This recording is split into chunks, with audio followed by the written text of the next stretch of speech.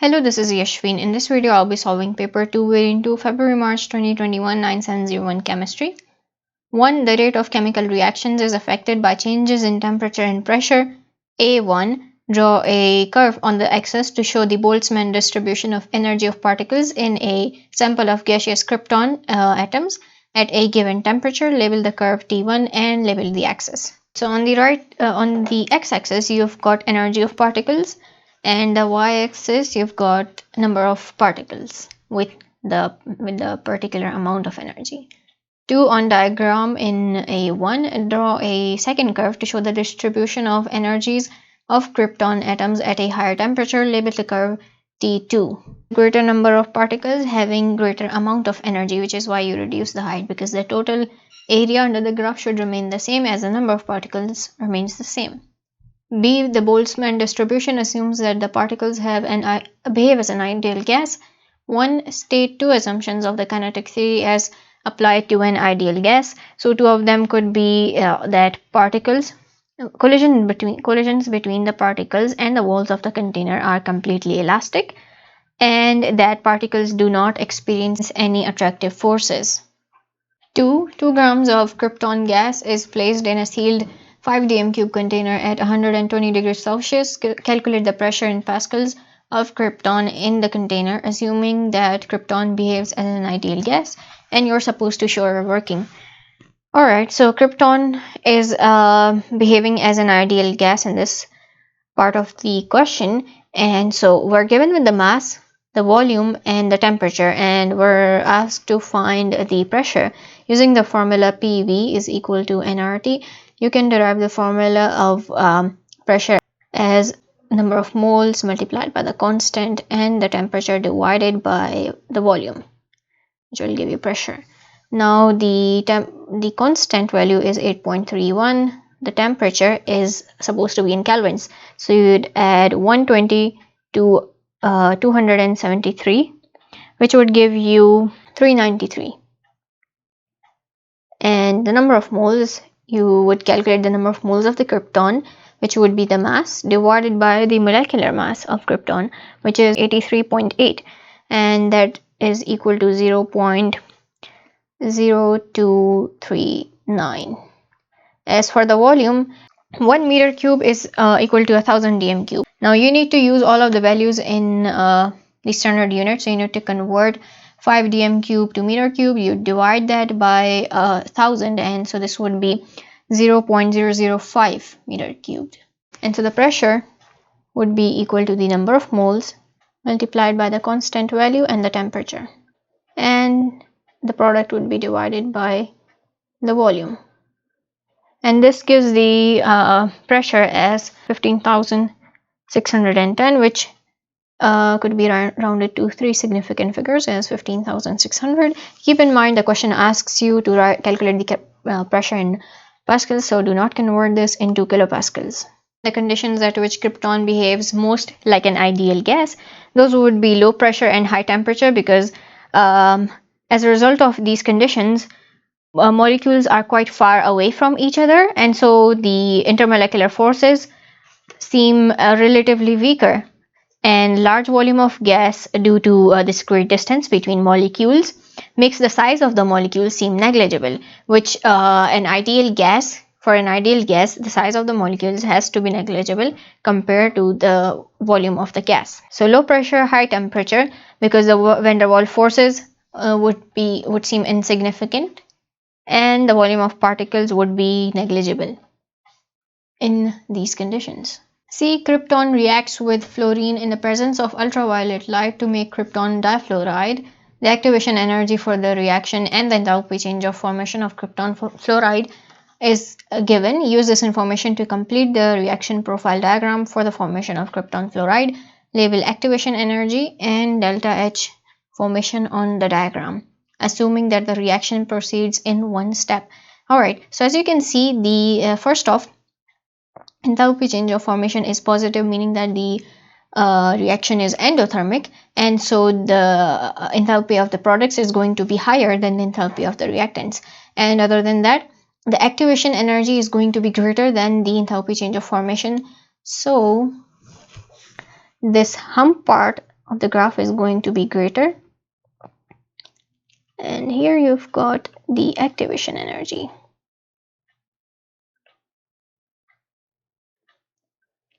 This would be the enthalpy change of formation. And here you've got the products.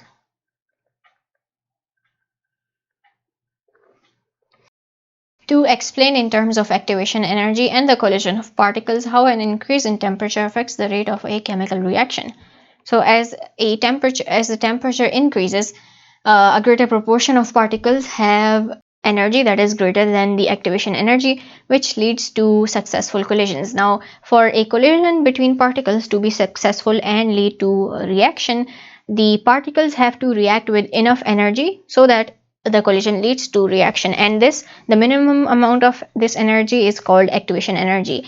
So for the frequency of successful collisions to be higher, a greater proportion of particles need to have energy that is greater than the activation energy, and so that is what increasing the temperature does. It increases the energy of particles so that their energy is greater than activation energy, and so this leads to higher frequency of successful collisions, which in turn increases the rate of reaction.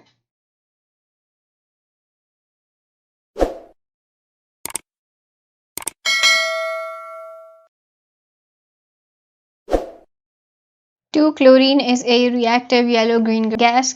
It is a strong oxidizing agent. A. State how chlorine is used in water purification. Chlorine is used because it kills microorganisms.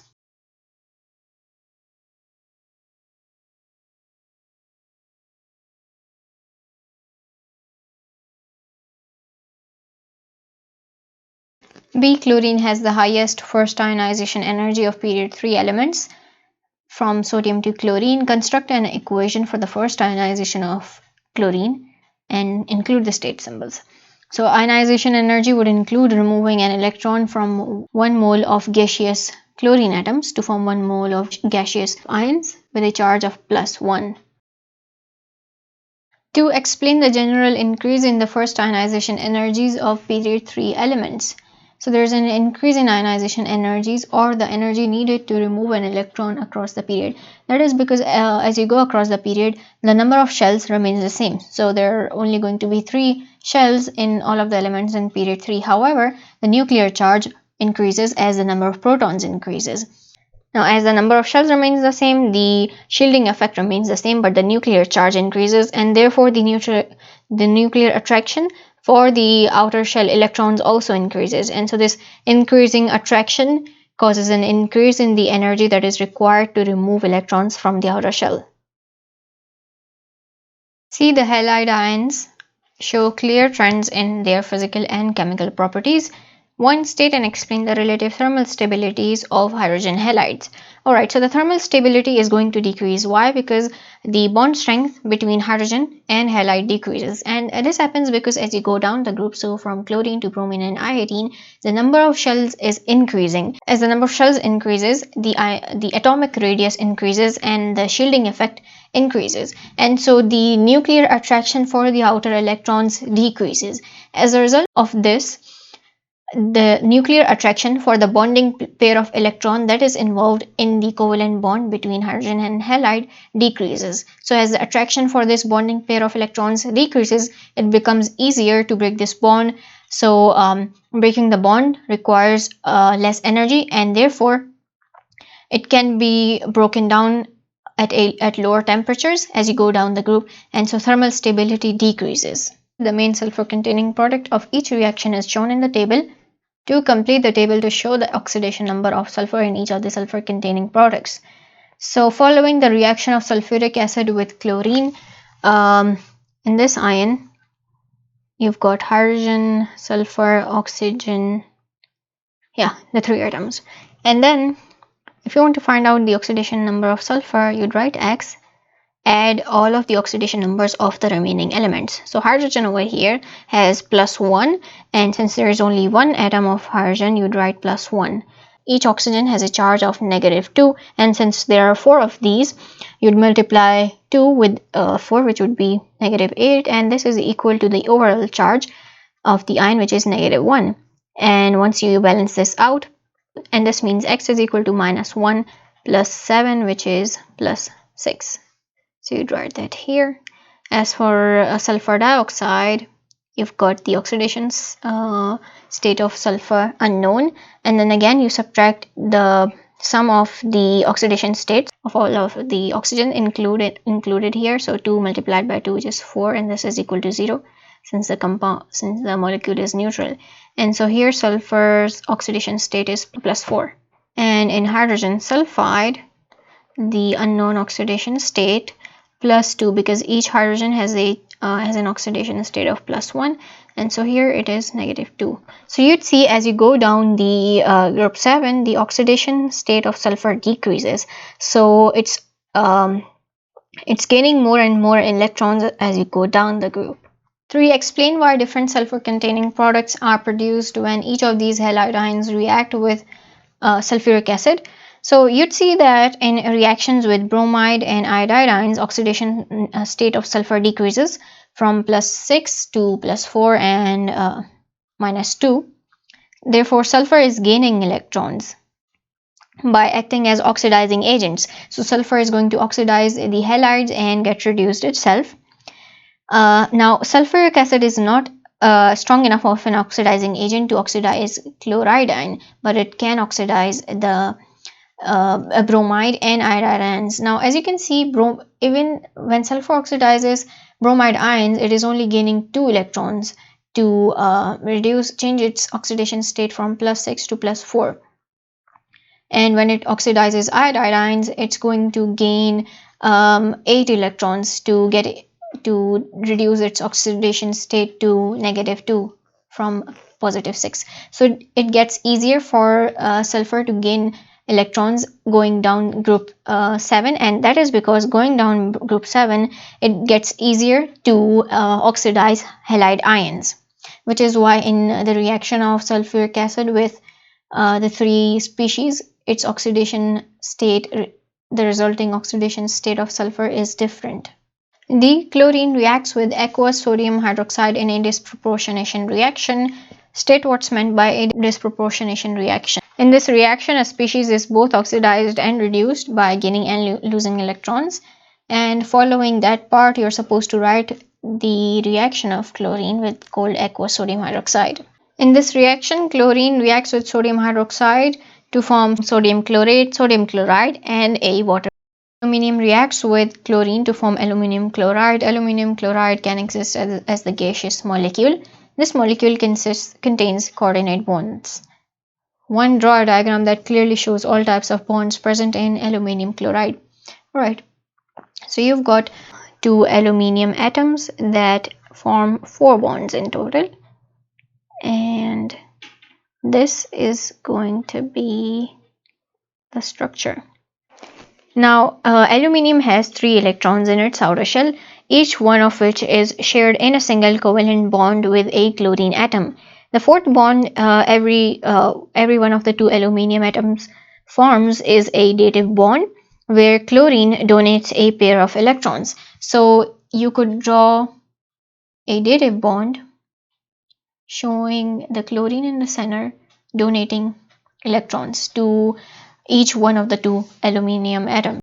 To describe what you'd see when solid aluminium chloride reacts with water, and name the type of reaction that occurs.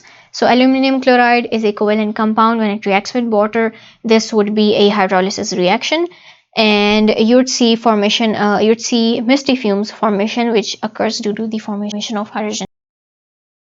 F. 0.2 moles of element Z reacts with excess chlorine to form 0.2 moles of a liquid chloride. The liquid chloride has the formula ZClN, where N is an integer. ZClN reacts vigorously with water at room temperature to give an acidic solution and a white solid. When excess silver nitrate is added to the solution, 11.54 grams of silver chloride forms. One suggests the type of bonding and structure in ZClN. Now, there is going to be covalent bonding in this compound because ionic bonds do not react with water, they just dissolve in waters to form aqueous ions.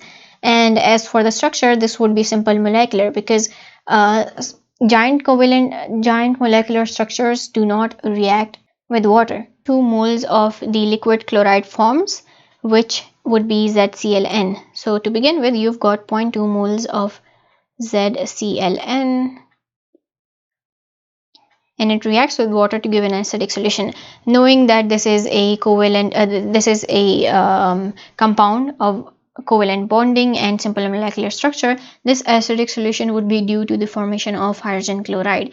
When excess silver nitrate is added to solution, 11.4 grams of silver chloride forms. Now 11.4 grams, you can use this mass to find out the number of moles of chlorine that forms, which you could do that by dividing 11.45, which is the mass of the compound, and so you need to divide this mass with the molecular mass of the compound, which would be equal to 35.5, the mass of chlorine, plus the mass of silver, which is 107.9, and this will give you the number of moles, which is 0.08. So you've got 0.08 moles of chlorine that react with silver to form 0.08 mole of the compound silver chloride, because remember the equation of the precipitation reaction where equal number of moles of sodium, silver and chlorine react to form equal number of moles of the precipitate silver chloride. Anyway, so now you've got the number of moles of chlorine which were present in this acidic solution, because this acidic solution reacted with silver nitrate. So you know that you've got 0.08 moles of chlorine in solution.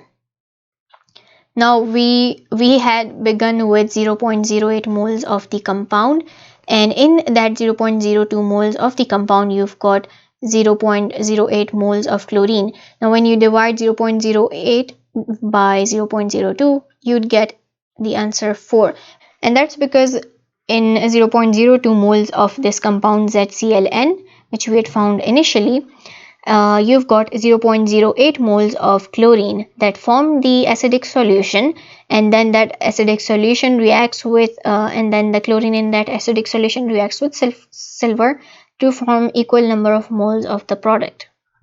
G-dichloromethane is widely used as an organic solvent. It can be prepared by reacting chloromethane and chlorine at room temperature. The reaction proceeds via several steps as shown.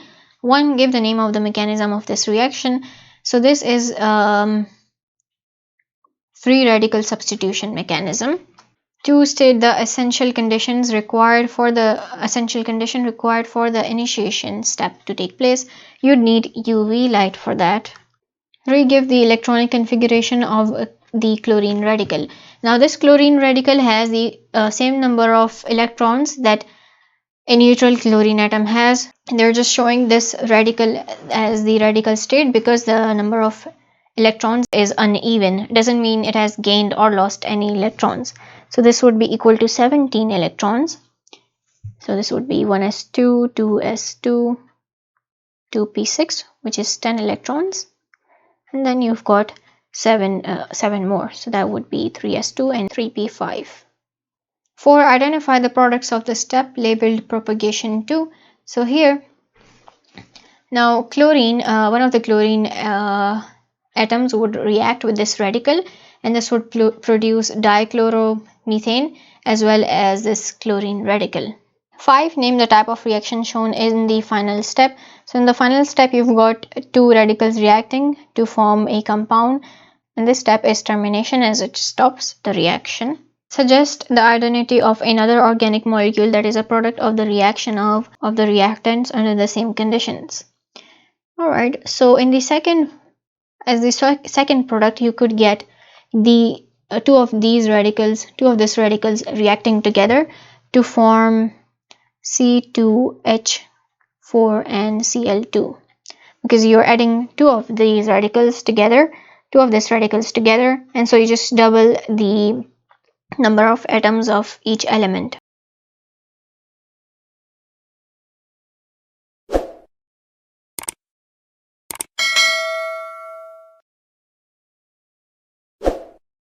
Three compounds P, Q, and R have all been found in the atmosphere of one of Saturn's moons. The equation of the for the complete combustion of P is shown, then the enthalpy change of formation of carbon dioxide is given, and you're supposed to calculate the enthalpy change of formation of P.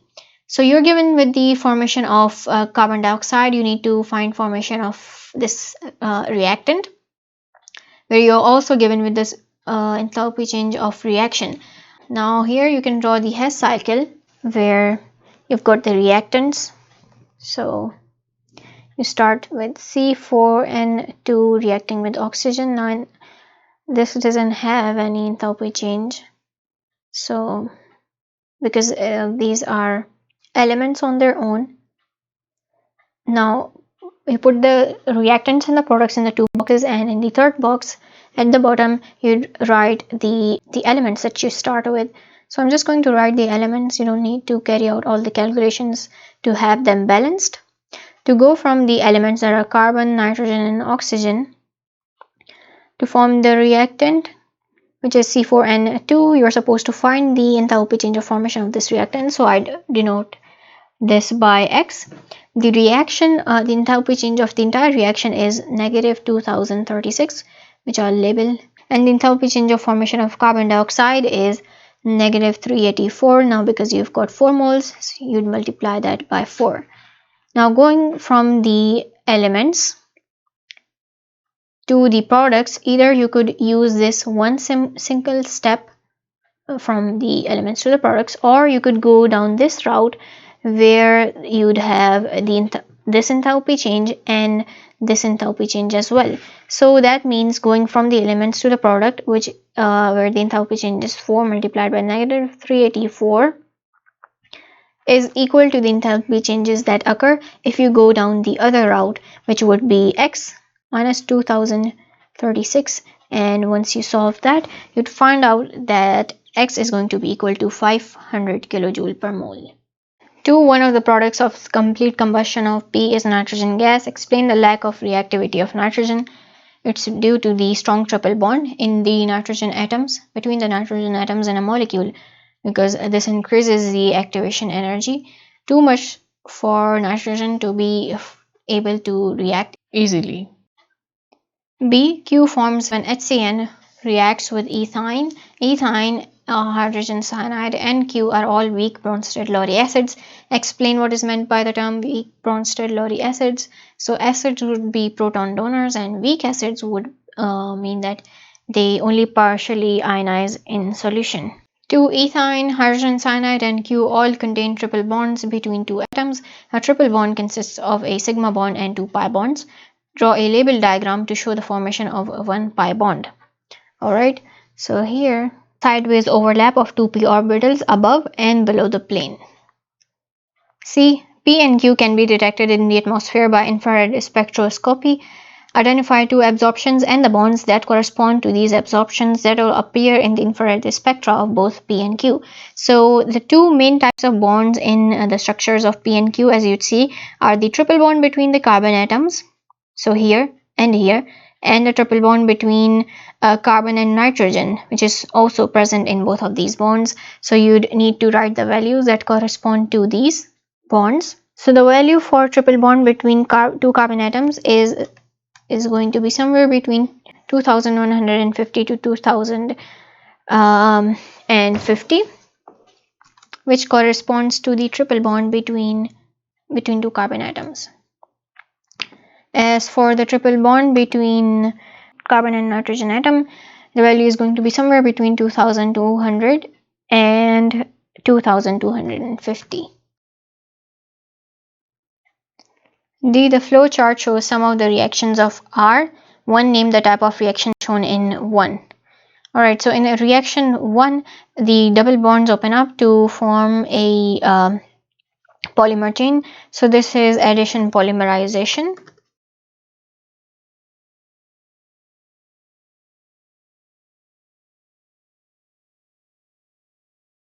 To draw the structure of S, the organic product of reaction 2. So in reaction 2, you've got sulfuric acid with the reactant and it's heated under reflux. Now this will oxidize the nitrile group to form carboxylic acid. So you draw the same thing again, except with except with a carboxylic acid. So the rest of the atoms are hydrogen. 3. Name T. So T over here is obtained after reaction of R with hydrogen. So the nitrile group, the nitrile part forms an amine group, and this compound is called propane 1 amine.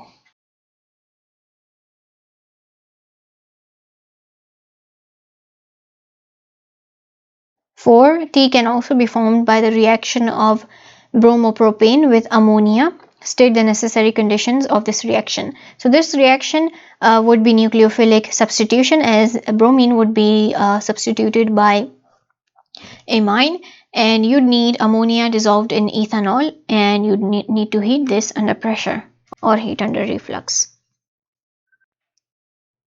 Hydroxyethanol has been observed in dust clouds near the center of our galaxy. A. Predict the bond angles labeled X and Y in the diagram of hydroxyethanol. So X could be 109.5 degrees and Y could be 120 degrees. B. Hydroxyethanol reacts separately with 2,4-DNPH and with Tollens reagent. State what you'd observe in each reaction.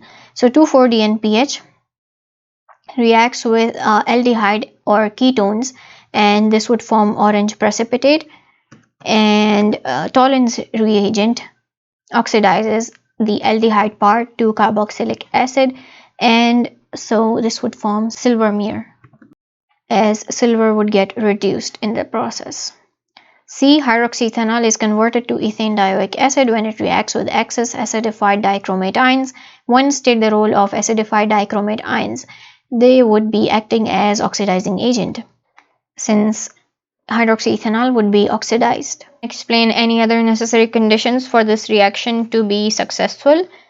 Alright, to complete the oxidation of hydroxyethanol to form ethane dioic acid, you'd want to oxidize both the aldehyde group and the alcohol group.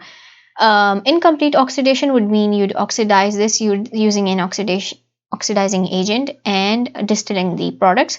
But to complete the oxidation to obtain a diacid, you would need to heat it under reflux.